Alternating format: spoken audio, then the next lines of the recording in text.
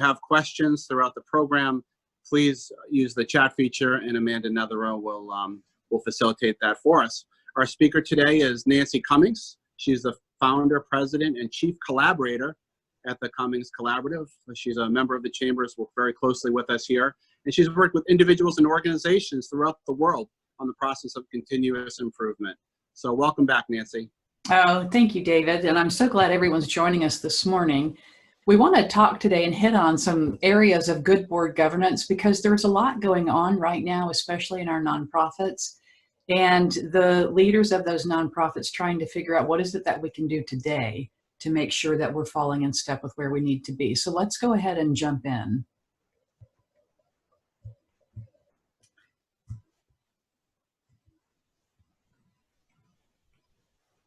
Technical difficulty, excuse me.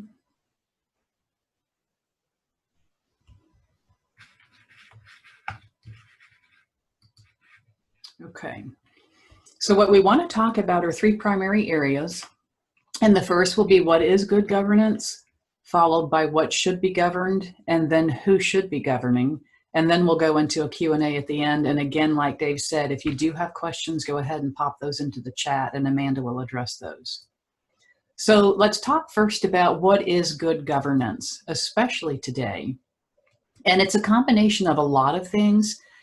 People will focus on having a good board or governance that feels good to them or that they think is moving the mission forward, that they think is helping the nonprofit reach out to stakeholders, but there's so much more that needs to be looked at.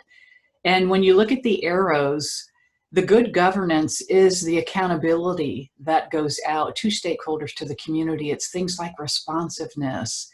Good governance is being able to be consensus oriented, being inclusive of everyone on the board, of the nonprofit staff and members, of all the stakeholders, and also of following the rule of the law, which is something that a lot of people tend to not necessarily follow. And today we're going to break it down into two primary areas of responsibility. The first one is collective responsibility, and the second one is financial responsibility. And so let's look at what we mean by collective responsibility. And in a nutshell, what that means is the board as a whole looks at the opportunity for governance and rules as the nonprofit, and that they are not doing anything and attempting to hold authority individually or separate outside of that nonprofit. And President Clinton in 1996 did pass a federal law, the Taxpayer Bill of Rights, that established penalties, as it says, for the board transactions that display conflict of interest. And when you read the statutes of those laws, they actually roll up into, okay, so because of conflicts of interest, we now have some new things we need to pay attention to when it comes to how do we govern. So it's two things primarily: not being individualistic and focusing on the whole of the nonprofit, and also being ever mindful and extremely aware of potential conflicts of interest. And let's go in a little bit deeper on what that collective responsibility means. And this is a long list. We'll share the slides out with you when we're finished. And so don't worry about having to write it all down or trying to screen capture anything. We will send this to you. What I want you to do is to listen and to really think of your nonprofit right now, where you are right now with what's going on. So key things when it comes to collective responsibility is making sure that you have the right executive director, the right CEO in place, that the board is monitoring, evaluating, and compensating appropriately the person who leads the nonprofit. Next is always, always, always coming into play with the strategic plan. Is it defined? Do you have one? Are you reevaluating it? And are you actually allowing it to live out? And do you follow it? The next thing that people will look at is making sure that you balance your stakeholder interests. So in being able to do that, you need to really do a 360 look at who are your stakeholders. It's not just the individual whom your services go out to. It's also who your donors might be, who your vendors are, who's on your board, who has any potential interest or ability to serve, and or who you might serve secondarily. So making sure that you look in a 360 all around you at every level as to who your stakeholders are and the responsibility that goes out to all of them. The next thing that's, I mean, they're all equally important, so I can't say that they fall in any type of an order. So it's like they would all have to be linear, is maintaining mission and vision. And a lot of nonprofits right now are finding themselves in an interesting situation where, based on the needs to serve their stakeholders well or differently, or the need to be able to stay afloat, they're looking at their mission and vision and how are things that they might retool or reimagine what it is that they do. And being in that moment of discovery and that moment of redefinition is absolutely fine, because nonprofit organizations often will emerge out of a crisis or emerge out of a moment with a little bit of a different focus. And the most important thing is that you define your mission and vision, and then that you follow that. So make sure that you have one, make sure that you're following it. And if you're in a moment where it needs to flex, that's absolutely fine. Document it, and then just start taking the steps to flex in that direction. The next thing is empowering appropriate cultural expectations. And that's something where culture isn't necessarily written down. Culture is, how do we follow all of these things? How do we govern all of this and do it with respect, with dignity, with grace? How do we do it with collegiality? How do we do it in a collaborative nature? How do we do it so that it's fun, so that we serve people, and that everyone around us feels that very positive, empowering, embracing, encouraging culture? And so this is one that, especially in tenuous times or in stressful times, everyone needs to make sure that you're keeping an eye on what the culture is, how that's moving and morphing, and being mindful that you are, and the word I love is empower, is that you are empowering the culture that allows the mission to thrive, and that also allows you to be responsible financially and fiscally. The next thing is looking at and understanding and overseeing management of risk. So based on what the mission and vision is of your nonprofit, what risk is involved? There's always risk. Every nonprofit has risk based on the services, based on their stakeholders, and based on whom they serve. And what that means is writing it down, making sure that everyone is aware of it, and then based on those risks, do you have the appropriate legal and financial coverage for that to be okay and for you to live out those risks? And if not, then it's probably time to step back and look at the services you're providing and or look at the mission. Are you going in the right direction where you can handle and assume the risks that's involved? The next thing is to ensure compliance, and this is really important. Again, they all are.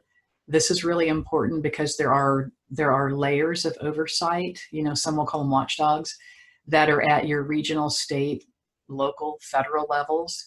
And it's really all the laws and policies and also all of the ethical standards that need to be upheld so that you can operate and stay open and serve in the way that you want to, which is to follow your mission and vision. And so your board in good governance needs to always be aware of what those laws are and what it takes to maintain compliance and help the executive director and CEO walk in a way that creates an environment where that can all be handled, seen, and also be done with high ethical standards. And the next thing, what the board does, and this one sounds kind of funny, is establishing the composition of the board. So the board's responsible for the composition of the board.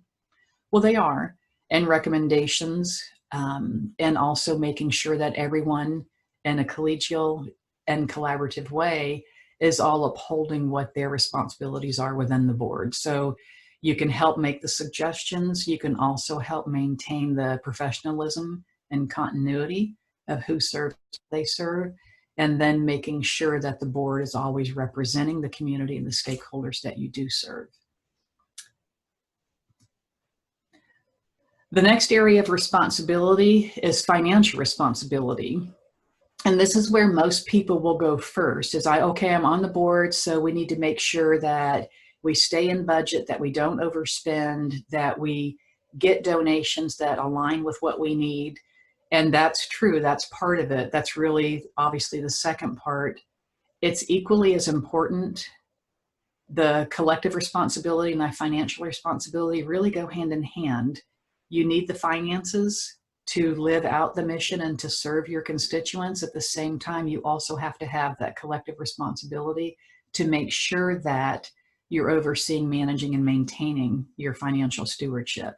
So within the financial responsibility, things that come into play are really overseeing those resources financially.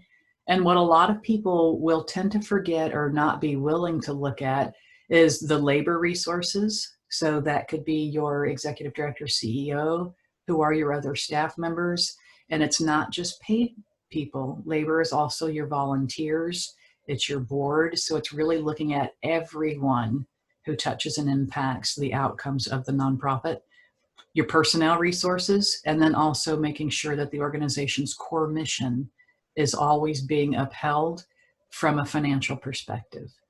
So making sure that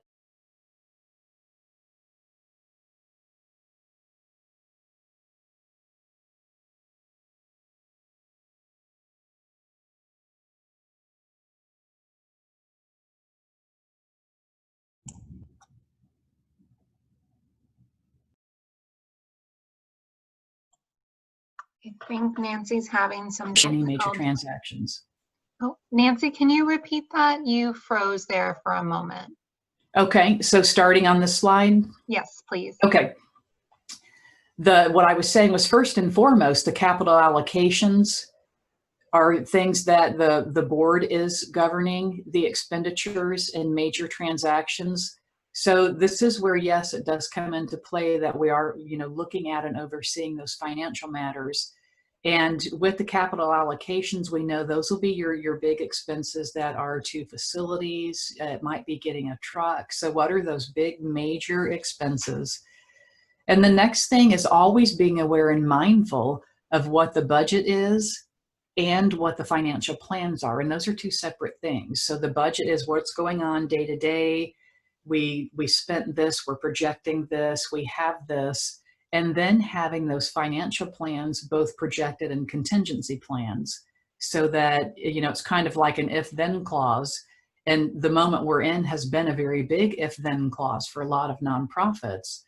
And that financial plan will be, if this happens, then we need to make sure that we can do this. If there is major crisis, then we have 6 months of reserve. If there is a major crisis and we only have 2 months of reserve, then our plan is. And whatever it is okay. Always make sure you have a financial plan so that you can then act that out and govern and oversee that accordingly. The next thing is looking at and monitoring the integrity of financial reporting, whatever your internal controls are, and that audit process. And so based on state and federal law, there are certain things that the board is held accountable to, as is the executive director and CEO, to make sure that all of your budget reports, whether they're monthly, quarterly, whatever your internal process is, but there is an integrity that needs to be upheld. And that also goes into the ethical standards and expectations that this is the way that we do our finances. We're going to use this software. And person A is the person who enters all of our items, submits the report on this date. The CEO, the executive director, then is overseeing. It's then reported to the board. So it's up to you to be able to have that internal plan and monitor that integrity. However, that also needs to be reported out when that time comes each quarter and each year of what your process is. Another thing that people will tend not to do is to have an external person do the audits.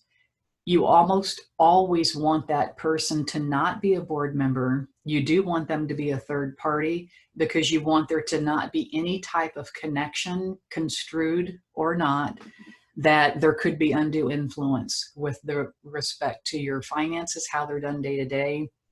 Most importantly, though, how you're reporting that out and what does that look like. For example, In your financial plan, there could have been outlay for, I'm thinking of purchasing a truck to get supplies to destination A. And because of certain circumstances, the truck was not purchased, and you have a line item of, let's say, $34,000. What then are you doing with that $34,000? If that $34,000 is then spent somewhere else, when it's time to do your reporting and it's time to share that out, it's also time to then do audits. You need to make sure that there's an explanation for that line item so that the money is always accounted for, and not just a line item, but there then needs to be a narrative that goes along with that. And again, making sure that it's a third-party person doing that. And that goes to the next line, which I just addressed. And another thing that oftentimes board governance will tend to not step into is assist in obtaining those resources. And a good board is going to make sure that they assist the CEO and executive director, and it might be through personal contributions. It could be a direct gift. It could be in sponsoring a project. It could be in the giving of gifts, which are not necessarily financial. Another way that the board can help obtain resources is to assist in grant writing, either to be the primary author or to help in that, to help obtain the data, to help obtain the reporting that needs to be done, or the contacts. And then thirdly is fundraising. And a lot of boards will actually have that as a lot of nonprofits will have that as a board responsibility to engage in direct fundraising. For example, it could be at 2 or 3 events per year. And so that is an expectation that is okay. And most nonprofits will do that of their board members. And finally, and you're going to hear me talk a lot about prudent, ethical, liability and stuff like that. But the last thing is to make sure that the board governance, the board, is complying with prudent management of the fund rules and the donor imposed restrictions. I'll give you an example, and this is a theoretical example. Let's say I have a nonprofit and I have a donor who gives $150,000, and the gift is given with the expectation that $150 will go towards educational programs. We get into a moment, let's say next week, and we're in a budget deficit, and we're sitting here with $150,000 that we have as a gift already in the account. However, that gift is given specifically with this restriction of educational programs. So that cannot be used for anything else other than what that donor restriction comes with. And so the board's responsibility is to make sure that those gifts are being used as they are given and as those restrictions are written. Does that make sense? Thumbs up. Okay, this is a quote that I came across a while ago, and it sums so much of it up, and it's so big. And so I've read this numerous times and sat back and thought, wow, that's huge. And it is. Board governance is a huge responsibility. And that's why we're going to get into the next section about who should govern and what should that look like. So if I can read this to you, if you'll oblige me in that. And what I would like you to do right now, whatever your learning preference is, don't write notes, either read it with me or look away so that you can hear it as I say it. And then I want you to think about how this impacts your nonprofit right now. In order to maintain a high level of accountability, board decisions must be backed by coherent policies. The board's scope of authority must be clearly defined for the members, and the board must decide upon a set of parameters to guide all board decisions. In this way, the board has a structure to approach unexpected issues and concerns without straying from the organization's best interests. And if you want to take a second, write down, you can do it in the chat or you can write it off to the side on a piece of paper, what just rang out to you? What struck a chord? What made you say, oh my gosh, we've got that? Or, oh goodness, okay, we're going to need to take a moment and pay attention to this. We'll give you about a minute to read that and to think about it and to write it down.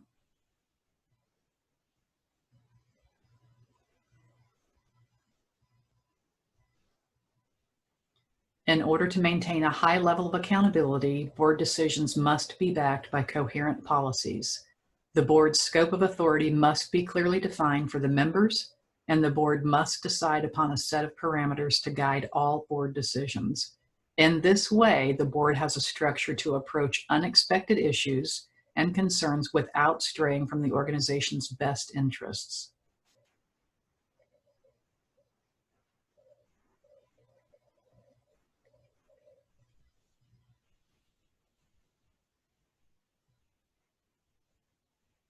Okay, I'm going to move on. It looks like you guys have been writing.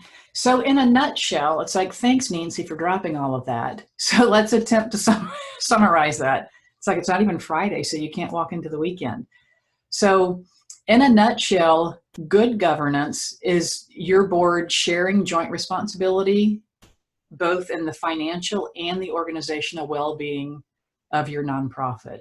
So it's the ability to balance both and to do that in a very collegiative, collaborative way. And good governance is also transparent and accountable. It leads to increased public trust and a greater willingness by the public to donate funds and services.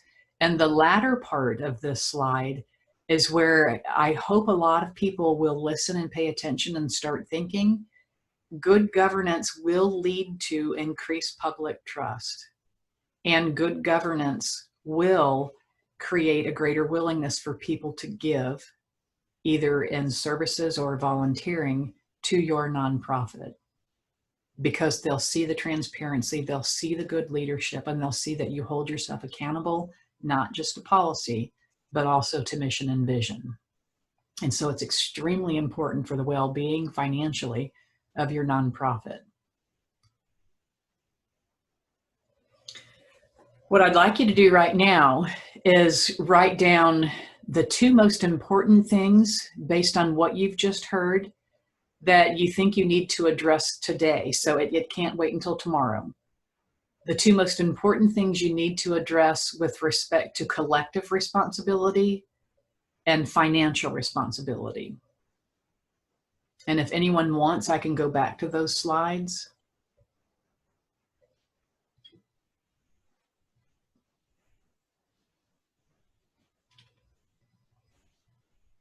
So let's take about a minute to write that down. Two most important things for collective responsibility, and then two most important things for financial responsibility.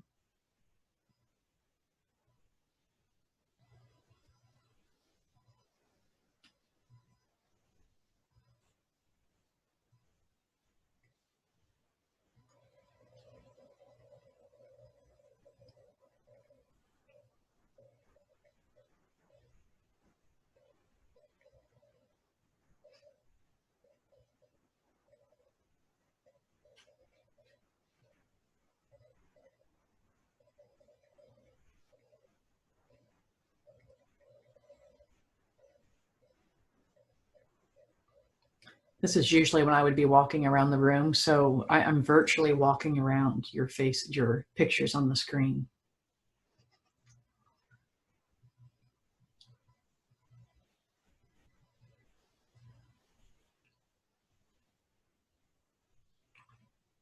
Okay, is everyone comfortable moving on? Okay. All right, so let's talk about what should be governed. And there are some key things that, from a board perspective, should be governed. The next slide is going to be things that should not be governed. So let's talk about what should be governed. First and foremost, we know it should be your strategic guidance. And what are the nuggets that means? Well, that's your direction, your mission and vision, annual goals, having input in that, any critical policies that can create a direction shift or that can create an on-point laser focus, and then also supervision and monitoring of the administration. Second is statutory duties, and these are all the real big legal things. So it has everything to do with your charter, your bylaws, any level or layer of tax qualification, and making sure that those are appropriate, that they're taken care of first and foremost, and that those are maintained on whatever the basis is that those, again, based on your inside internal rules. How often do you look at your bylaws? How often will you go back and look at your charter? How often might you think you need to redress mission and vision? A lot of nonprofits will re-explore their mission and vision about every 3 to 5 years to make sure they're on point. And so part of that is, how are you going to do that from a statutory perspective? If you ever do have a shift or you do change in your mission and vision, know that that does go down and begin to impact your bylaws and can potentially impact your charter. So those two areas go hand in hand. Next is something that should be governed by the board is the reporting and disclosure obligations. How often are you reporting to whom? What are you disclosing? And how often? And this is above and beyond what's required by law. And so are you reporting, for example, your financial statements twice a month? Are you doing it once a month at the board meeting? Are you doing it quarterly at the quarterly board meeting?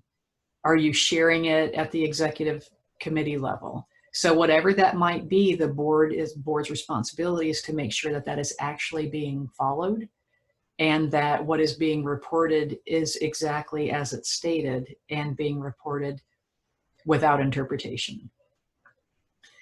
Next, and we talked about this a little bit ago, the selection and accountability of the board members. So yes, the board is responsible for the board. It's like they get to be their own watchdogs. And so understanding what your responsibilities are and being brave and courageous and confident enough to hold each other accountable to what those responsibilities are. And there might be a time where, if your board structure and the bylaws don't dictate when board members roll on and roll off, or how many terms they can serve, or what that holding term might be before they can come back and serve. Sometimes that makes it challenging for the board to then take a look at the person sitting next to them and say, dude, it might be time for you to roll off. And so having the bylaws that explicitly state, this is the term, these are the number of terms, here's your holding period, and then you can or cannot roll back on. And that way there's not the internal strife or the internal conflict that can occur amongst board members. And that at that point, it really is, let's make sure that we're upholding all of the bylaws as they're written.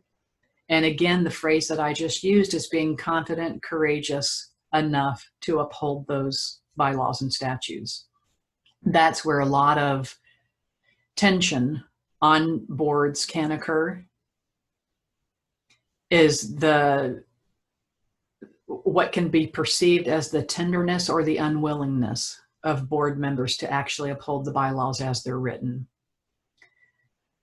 The next thing that should be governed is the financial oversight.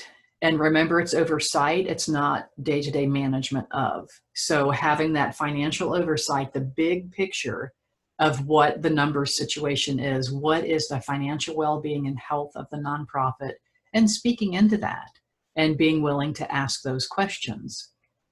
And to me, most importantly, and that's why I have it listed last, is the moral oversight of the nonprofit. So the board is responsible for not just what's on paper, but the right way to make sure that what's on paper actually gets accomplished. And that also stems into making sure that the culture of the nonprofit is exactly what it should be to serve the stakeholders and to serve the constituents in the way that best fulfills mission and vision. So there are some things that should not be governed, and this is really determined by state and federal law, and it's also determined by the bylaws in which they're written for your nonprofit. So being really aware of what those are before you jump in and start trying to make any decisions, either as the leader, as a board member, or as a staff member. So the day-to-day operations are not the responsibility of the board. The day-to-day operations are the responsibility of the executive director or the CEO, and however that is then shared out amongst staff. And allowing the board to understand that and to be okay with it. There can always be a misunderstanding, and at times there can be the board members who really want to jump in and get into the nitty gritty and help you, because it's almost always because they want to help and not really understanding what those boundaries are. And so if you are the CEO, you are the executive director, part of that is helping to restate and to help the board members understand that, again, by the bylaws, these are your areas of responsibility and scope. This is my area of responsibility and scope. Doing that in a very, very collegial way. And oftentimes it's merely because they just don't know. And it might be the first board that they're on, or it might be that they've been on another board which is run a little bit differently, and just creating a clear expectation of board governance, day-to-day operations. The two typically do not coexist together at all.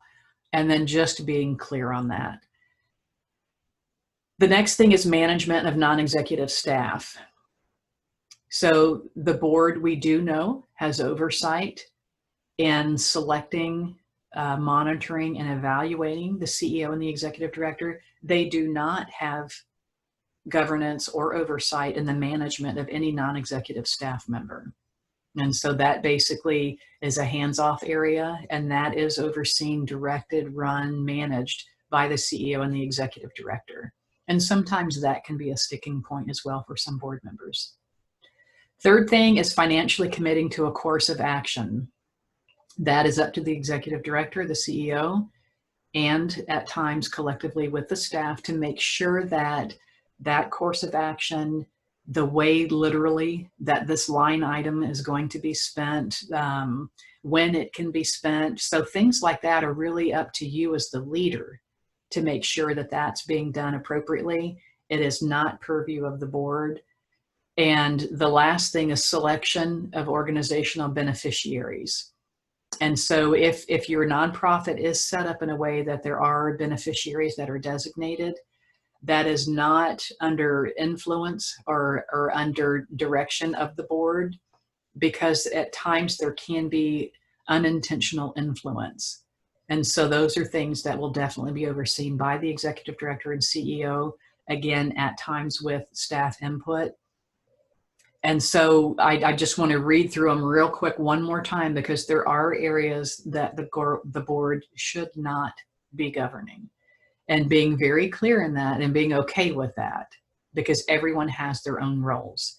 It's the day-to-day operations, it's management of the executive staff, it's the financial day-to-day actions and what that course of plan is, and then the selection of the beneficiaries.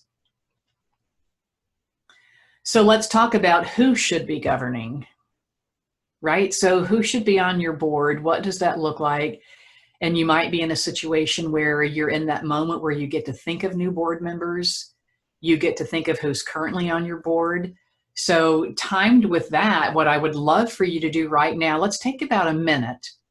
Think of your current board. Who are your top board performers? So write down the names of your top board performers, and then right beside that, write down why you think they're a top performer.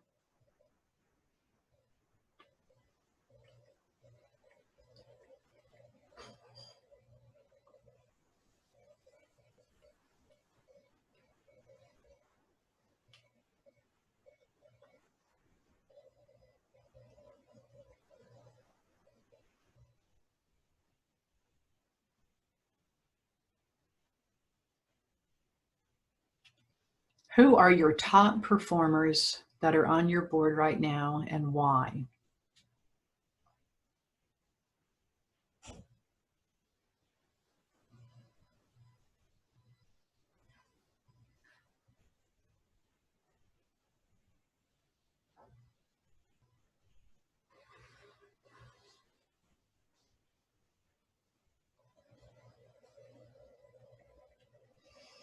And then what I'd like for you to do right now is where you are right now, either based on what you've learned and heard today, where you've been in the last couple of weeks, or where you are just naturally with your nonprofit. Who are your top board recruits that you're thinking of bringing on the board right now, and why?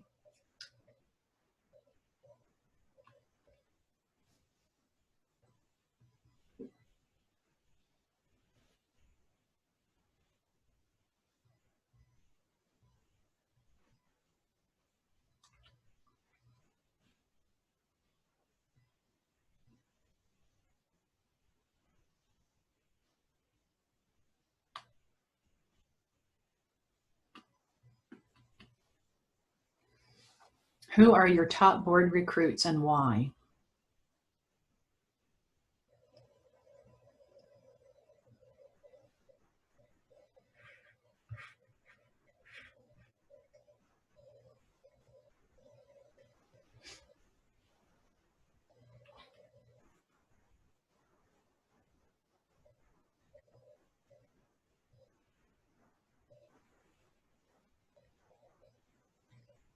Okay, I'm going to go ahead and move into this next part of the discussion.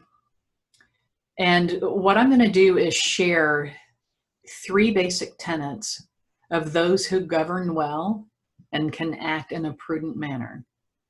And the first tenet is duty of care. And what do we mean by duty of care? So a person who can govern well in duty of care is they're an ordinarily prudent person who would exercise in a like position under similar circumstances. So what does that mean? Well, duty of care, if you look at how it's lived out on a day-to-day basis, is attending board meetings, reading the minutes, asking questions, understanding what the answers are, and if not, then asking the next question, reviews the financial records and understands what those implications are, and pays attention. And you're sitting there looking at me and saying, okay, Nance, now that's just so basic. Like, why'd you even write that down? But in a lot of situations, what I will hear when I step into work with nonprofits is it will be the concern of board members who might show up to the board meeting. They're looking at the agenda as they're walking in. They're reading the minutes from the last meeting as they walk in, and they haven't looked at the financials until they sat down. And so that prudent board member who can embody duty of care will have looked at all of that prior to coming to the meeting, and they will show up prepared. They will pay attention. They'll ask great questions until they understand, and they will review the records before they get there. So that's the first thing to think about when we look at those who can govern well. Number 1, duty of care. The second thing that we want good board members or those who can govern well to embody is duty of loyalty. And what we mean by that is duty of loyalty is someone who can dedicate their best interest to the nonprofit, not to any type of an outside agency, organization, third party, or to their own personal interests. So the second thing is duty of loyalty, and I'm going to break that down for you into 2 areas. The first area under duty of loyalty is conflict of interest. With that, what we mean is they maintain financial accountability to the nonprofit. They maintain ethical accountability to the nonprofit. They maintain transparency in all relationships and activities that can, could, or would relate back to the nonprofit. And so being able to share and disclose and be transparent with any type of conflict of interest that may in the future, maybe currently, or may have in the past occur is something you want to think about when you're thinking of a person who is on your board or who could be on your board as a recruit, is that duty of loyalty with respect to conflict of interest. And then the next thing, it's not just that there's a conflict of interest and that they reported it. It's following up to that, are they able to come to solution or resolution of that conflict of interest? So That really is, okay, there's disclosure to the board. Can they recuse themselves from the issue? Will they abstain from the vote? And will they not seek to influence any other board members? And so duty of loyalty really is a two-part situation. They are reporting, they're seeing, recognizing, and reporting the conflict of interest, and they become part of the solution in the conflict of interest. So when you think of those who can govern well, they have the ability, they are beyond reproach when it comes to duty of loyalty. The third tenet is duty of obedience. We think of those who can govern well, they can embody duty of obedience. And what this means really is remaining resolutely focused on any decision that will make the nonprofit better, any decision that is central to the purpose, any decision that drives the mission and vision forward. It's also them being familiar with the mission and vision. Not walking in, having a discussion and saying, well, what is our mission anyways? That they would be able to know what it is and live it out on a daily basis. And then thirdly, you've heard me mention it consistently in almost every single slide, is the charters, the bylaws, the policies, and regulating bylaws. So whoever has duty of obedience and can govern well has the ability to follow all of these laws and legal ramifications that are set out by local, state, and federal governing bodies. So we have those three things: duty of care, duty of loyalty, and duty of obedience when you think of your current board members and you think of any recruits that might be coming in. And so those are what people will tell me, Nance, those are like the big heavies. Can we just be done? Well, kind of, but not really. And so now there's so much more to it. You also want someone, when you think of someone who can govern well, I'll just look at a couple of them. They have high integrity. They're long-term strategic thinkers. They have some business experience, which means they're going to be able to understand your financials. A really important thing, especially right now with the tensions and stress that are going on just naturally because of where we are, is how can they work and thrive on a team with other people?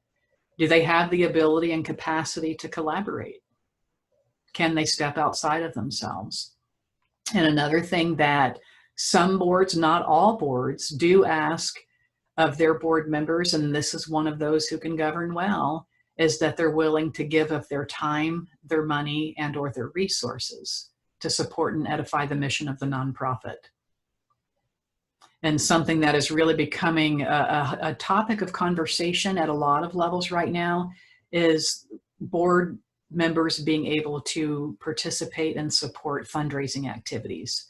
And that will look different for every nonprofit, but that is something that's becoming almost a consistent ask or expectation of the board now. So let's step back, and what I want you to do is look at your list of top board performers that you wrote down before this section. And based on what we just shared, is your list of top board performers the same? Would you add anyone? And if so, why?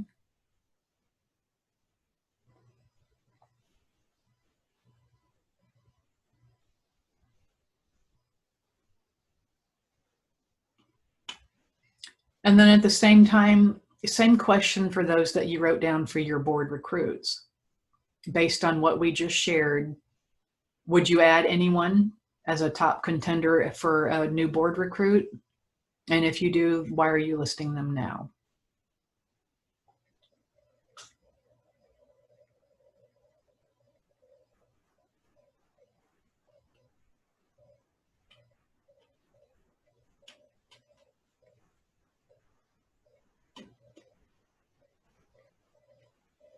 And I do want to remind everyone that we'll share the slides out to you, so you'll have all of this information to look at and to lean on.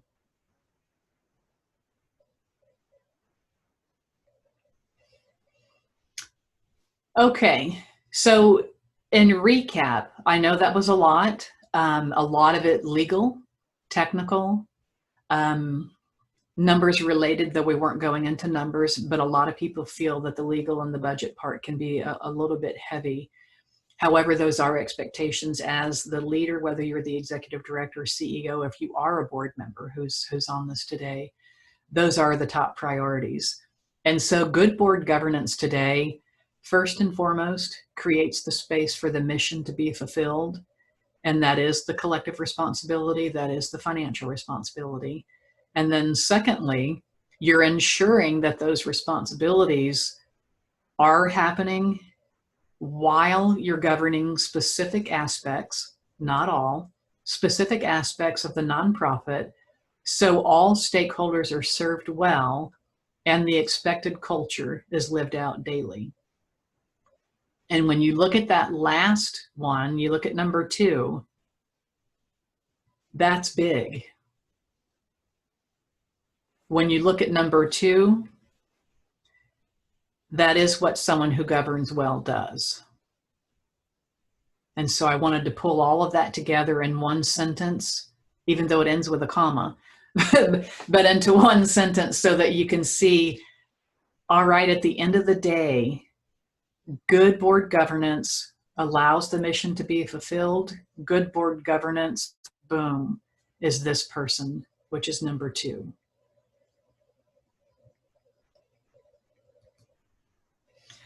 Before we close, what I do want to share is we have created at Cummings Collaborative in response to a lot of the nonprofits that we've been reaching out to since early March. I guess at this point it would be called a movement. It's called the Empowered MPO. And what it really is 2 things.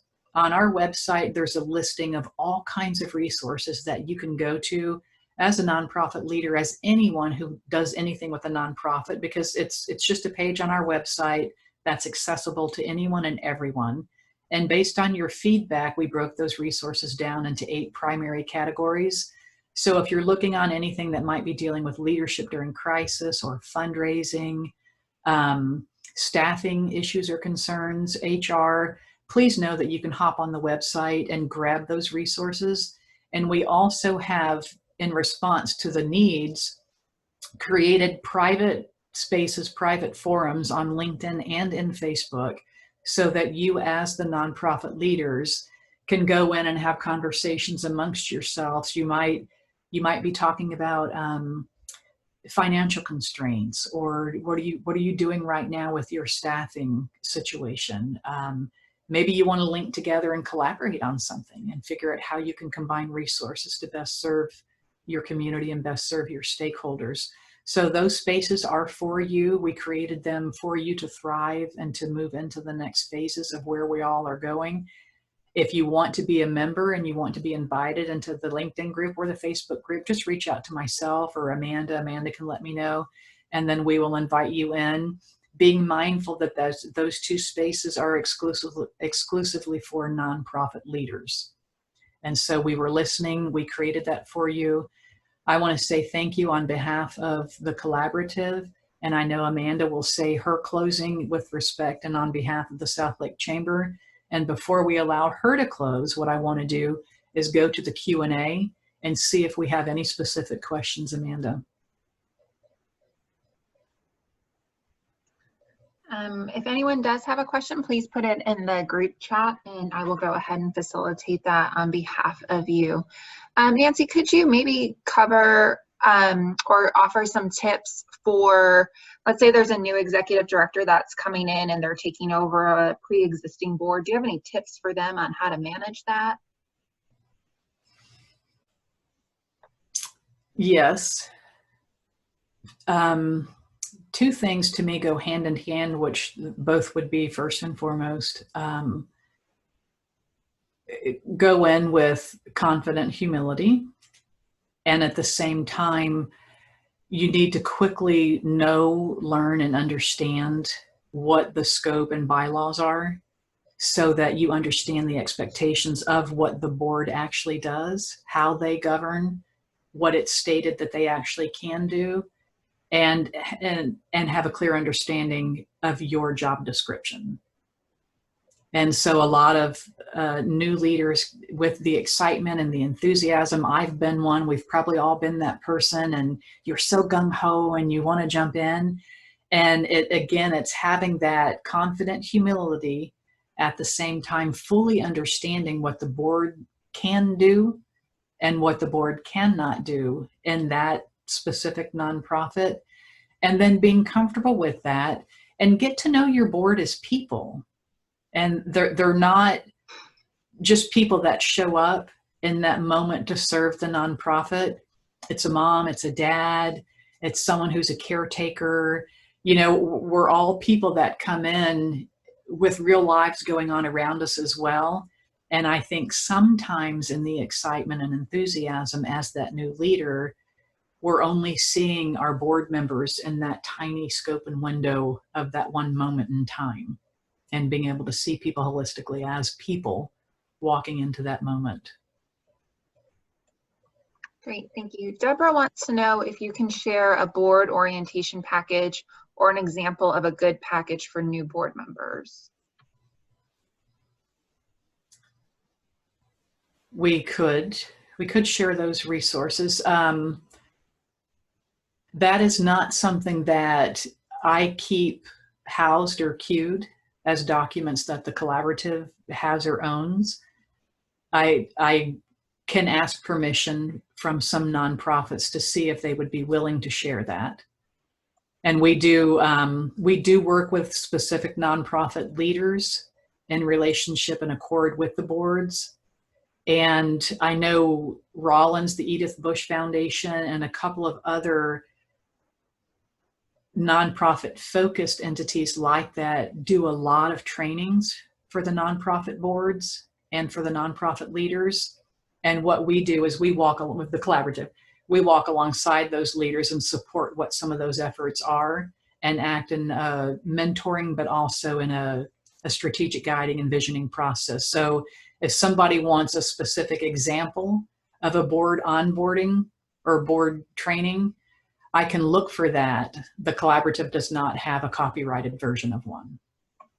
Is that a fair answer? Yeah, thank you. Okay. And then Ryan wants to know, he serves as a new board chair and has a new executive director. Any tips for developing a board from ground zero? Oh, congratulations on that. That's exciting. From ground zero, yes, I would go back and look at what we spelled out of what the expectations of the board are. I would have good understanding if you already have things like your bylaws, your charter, your strategic plan. Let those guide you in the direction, because those are going to begin to show the talents and gifts and skills of the people you're going to need on your board. And be very focused on what we talked about, especially in that last session of who you should be looking at in the qualities of how and who, the ways that the board does govern. And, you know, look for people who can work together, look for people with integrity, look for people who will take the time to read, to be prepared.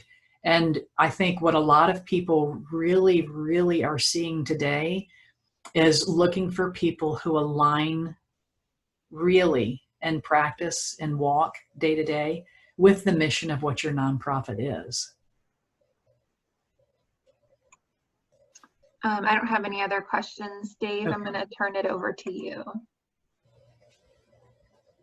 Thank you, Nancy. That was a lot of really great information. We've recorded this session and we will have it available, but you've already are very, very supportive of the Chamber of Commerce and all of our members. So we really appreciate all that you do in our community. I know you've worked with a lot of organizations to help move them forward. So I can't thank you enough for all of your efforts, Nancy. I appreciate it. Thank you so much, David. I appreciate being able to walk alongside the Chamber.